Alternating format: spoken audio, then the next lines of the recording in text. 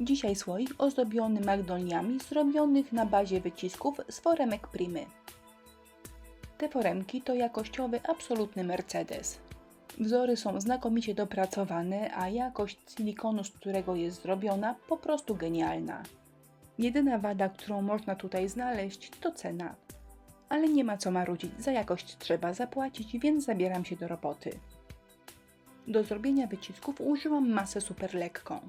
Jest bardzo łatwa w obsłudze, a po wyschnięciu pozostaje elastyczna. Nawet suchą można swobodnie wyginać i bardzo trudno ją uszkodzić. Nie odbijam całego wzoru za jednym razem, ponieważ w wypadku mojej pracy jest to bez sensu. Dzielę wzór na mniejsze części, ponieważ i tak będę musiała pokombinować, żeby to wszystko ładnie zmieścić na słoiku. Najłatwiej wyciąga się wycisk, odwracając foremkę wzorem do dołu i rolując ją do góry.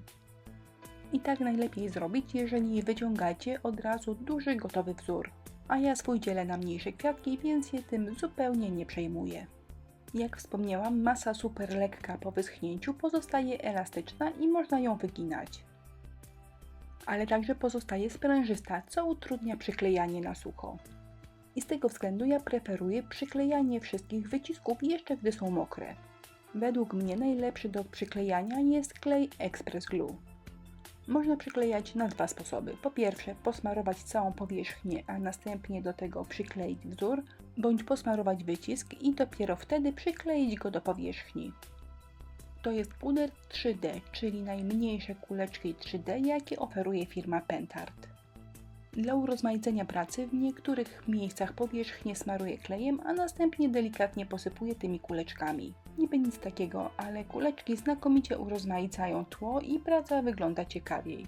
Pierwszy etap gotowy, teraz muszę zostawić pracę w spokoju, żeby glinka porządnie mi wyschła. Gdy wszystko jest suche, dla ujednolicenia koloru całą pracę maluję jeden raz farbą akrylową matową.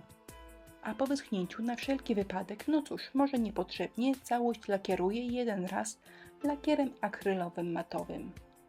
A to jest moja ulubiona serwetka z magnoliami. Na jej podstawie postaram się pomalować moje wyciski. Podstawa kolorystyczna to biały, szary i różowy. Ale jeżeli macie kilka odcieni różowego albo czerwonego, one bardzo się tutaj przydadzą. Serwetkę z magnoliami położyłam z boku, zerkam sobie na nią i staram się na jej podstawie malować moje magnolie. Od środka kwiatka ciemniejszy róż i jaśniejsze elementy na zewnątrz. No cóż, malowanie nie jest moją mocną stroną i trudno powiedzieć, jak to wszystko na końcu wyjdzie. Ale jak nie wyjdzie, to zawsze trzeba mieć jakiś plan B. Więc jeżeli wyjdzie mi paskudny pasztet nie do wytrzymania, to wszystko przemaluję na biało. Potem pastą woskową zrobię cieniowanie i jakoś to będzie. Na razie zmagam się z kolorami, bo wiadomo, że bez walki się nie poddam. Oczywiście wszystkie wiemy, że w deku to twardym trzeba być, a nie miętkim, więc w pocie czoła domalowuję i poprawiam. Jeszcze troszkę podmaluję tło, bo biały świeci za bardzo i obecnie moje magnolie prezentują się tak. Dodam jeszcze delikatne cieniowanie pod gałązkami oraz kwiatami i będę mogła przejść do następnego etapu postarzania. Przyda mi się pędzelek, pasta postarzająca oraz rozpuszczalnik na bazie terpentyny balsamicznej. Nabieram odrobinę pasty i dosyć mocno rozcieńczam ją terpentyną. I taką miksturkę nakładam cieniutko na mój słoik. Nakładam i natychmiast wycieram. W ten sposób pasta głównie zostaje w zagłębieniach, dając fajny efekt postarzenia. Właśnie ten efekt miałam na myśli, gdy mówiłam o moim planie B. W ten sposób nałożona pasta woskowa na powierzchnię białą bądź kremową wygląda całkiem interesująco. Zależnie od tego, jak bardzo chcę postarzeć, czyli przyciemnić powierzchnię, taką miksturkę mogę nakładać raz albo dwa. Lub mogę w różnym stopniu rozcieńczać ją terpentyną. Oczywiście im więcej rozpuszczalnika dodam, tym kolor nakładany jest jaśniejszy.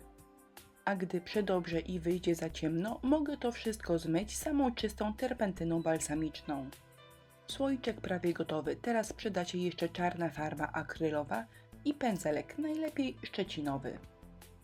Kilka delikatnych muśnięć, głównie tam, gdzie emalia naturalnie odpada i mój słoiczek zamiast szklanego robi się emaliowany. Najwięcej uszkodzeń robię na gwincie oraz na dnie, bo wydaje mi się, że w życiu właśnie te miejsca najszybciej i najczęściej się uszkadzają. A na koniec chciałam dodać kokardkę, ale miałam z tym wielki problem, bo właściwie nic mi nie pasowało. A teoretycznie mam w czym wybierać dziesiątki tasiemek i nic nie pasuje.